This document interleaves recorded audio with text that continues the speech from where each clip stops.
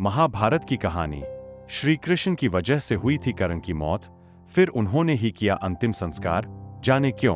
कर्ण की मौत भगवान श्री कृष्ण की वजह से हुई थी और कर्ण का अंतिम संस्कार भी श्री कृष्ण ने ही किया था। श्री कृष्ण को खुद अपने हाथों से कर्ण का अंतिम संस्कार क्यों करना पड़ा?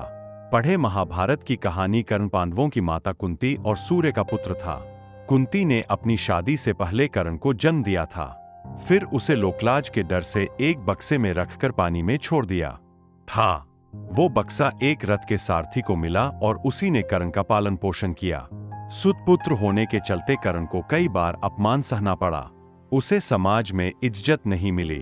द्रौपदी ने भी उससे शादी करने से इनकार कर दिया, जिससे वह पांडवों से नफरत करने लगा था।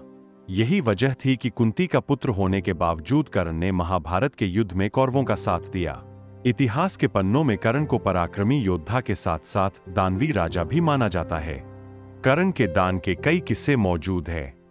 कहा जाता है कि जो कोई कर्ण के पास जाकर कुछ मांगता था, वो कैसे न कैसे उसकी इच्छा जरूर पूरी करता था। एक बार श्री कृष्ण खुद एक ब्राह्मण का भेष धारण कर कर्ण के सामने गए। उन्होंने कर्ण से सोना मांगा। कर्ण ने कहा कि अभी तो सोना सिर्फ मेरे दांतों में है, आप ले लो। ब्राह्मण ने कहा कि उसके लिए आपके दांत तोड़ने पड़ेंगे, जो मुझसे नहीं होगा। इस पर कर्ण ने खुद अपने दांत तोड़कर सोना निकालकर ब्राह्मण रूपी कृष्ण को दे दिया।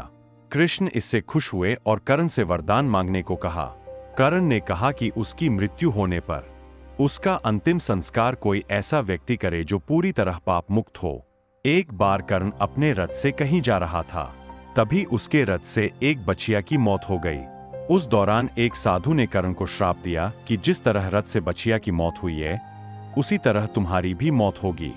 साधु ने कहा कि युद्ध के दौरान उसके रथ का पहिया धरती निगल लेगी और वो ही उसकी मौत का कारण बनेगा। महाभारत युद्ध के 17वें दिन कर्ण के रथ का पहिया जमीन में धंस गया। तभी अर्जुन ने अपना दिव्यास्त्र निकाला और कर्ण पर वार कर दिया। जैसा साधु ने श्राप दिया था, उसी तरह कर्ण की मृत्यु हो गई। दरअसल कर्ण की मौत की एक वजह श्री कृष्ण भी थे। कर्ण के पास देवताओं के द्वारा दिया गया ऐसा शस्त्र था जिसका कोई मुकाबला नहीं कर सकता था। ये दिव्य अस्त्र कर्ण ने अर्जुन के लिए बचा कर रखा था। जब भीम का पुत्र घटोत्कच कौरवों की सेना पर कहर ढा रहा था, तब मजबूरन कर्ण को उस पर दिव्य अस्त्र का इस्तेमाल करना पड़ा। इसके बाद श्री कृष्ण ने अर्जुन को बताया कि अब तुम्हें कोई खतरा नहीं है। कर्ण ने दिव्य अस्त्र का इस्तेमाल घटोत्कच का वध करने में कर लिया है। अब तुम कर्ण का आसानी से वध कर सकते हो। इस तरह कृष्ण के कहने पर अर्जुन ने कर्ण को युद्ध क्षेत्र में मार गिराया। कर्ण की मृत्यु के बाद सवाल उठा कि उसका अंतिम संस्कार कौन करेगा।